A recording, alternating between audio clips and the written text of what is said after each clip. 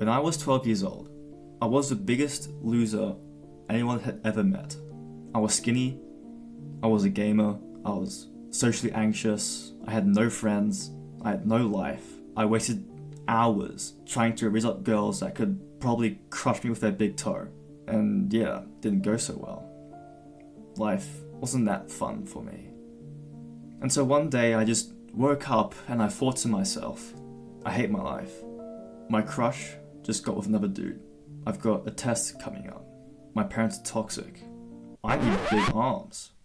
And so it was. For months and months, every day, I would go to my living room, turn the TV on, pull up the same 10-minute push-up challenge, and I would just grind away doing those push-ups, hoping that after months of all this working out, I could get big arms.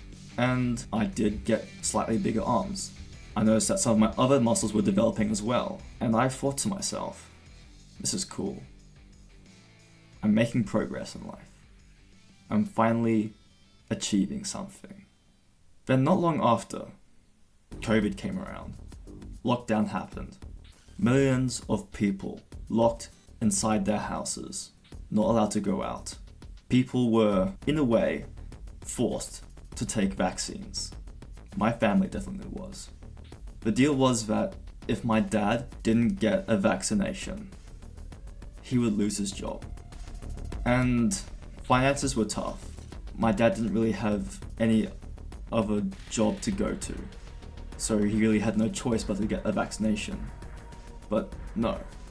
My parents decided that the long-term health risks weren't worth it.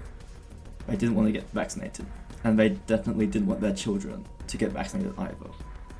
So what did we do? We fled the city. In my new city, I had to adapt to my new life. I was going to a new school. I had to make new friends. I had to settle into my new lifestyle. It was very stressful at the time, but this is a part of my life where I turned everything around.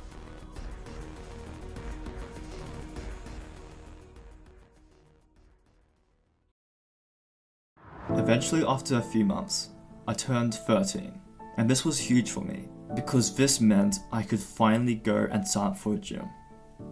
And I did it. I signed up to a gym, and I went consistently. Yeah, my diet was shit. I didn't train hard. I had no idea how to progressive overload. I would add 5 kilograms to my lifts every week, and then get upset when I couldn't lift the weight anymore.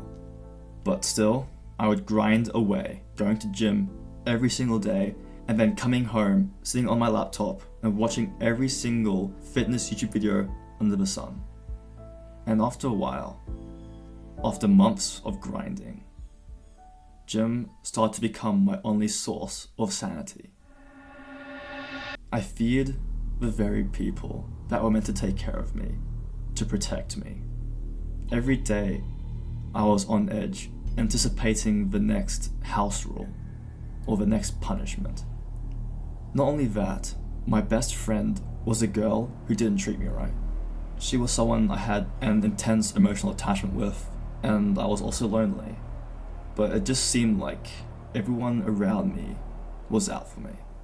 And as a result of this, gym became my escape.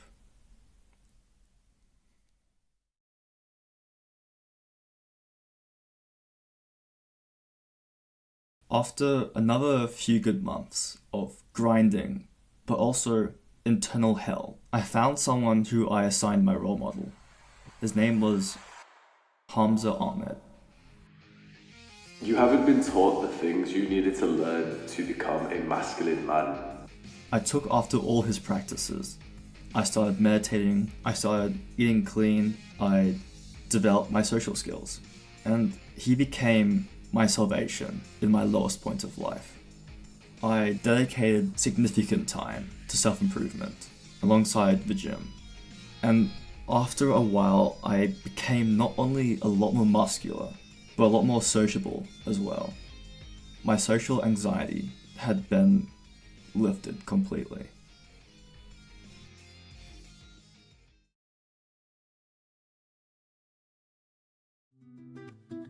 After this transformation, which I was really proud of, a new year began.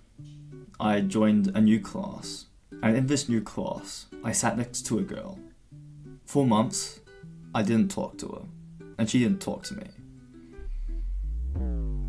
But one day, I was just resting my hand on the table, and she placed her hand next to mine. Our hands touched. Neither of us pulled our hands away for 5 minutes straight. It was a little bit awkward, but it sparked this feeling inside me that I had never felt before. And then she talked to me. For an entire month, this girl gave me endless attention, like no one before. She would make conversation out of the most random stuff every time there was silence for more than 10 seconds. And those feelings that I'd felt before, the feelings that I'd never gotten before, they were amplified significantly. I couldn't help but get attached. But as they say, with everyone's first love, it never works out. I had to learn the hard way that this girl only liked me for the attention.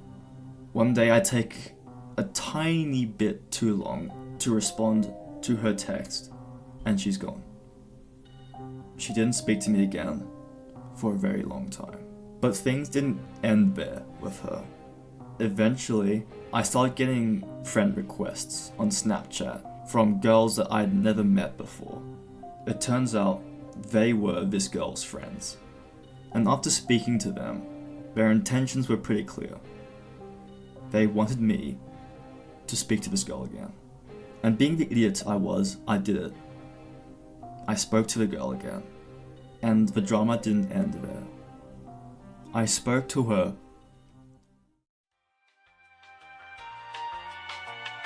only to have her push me away further.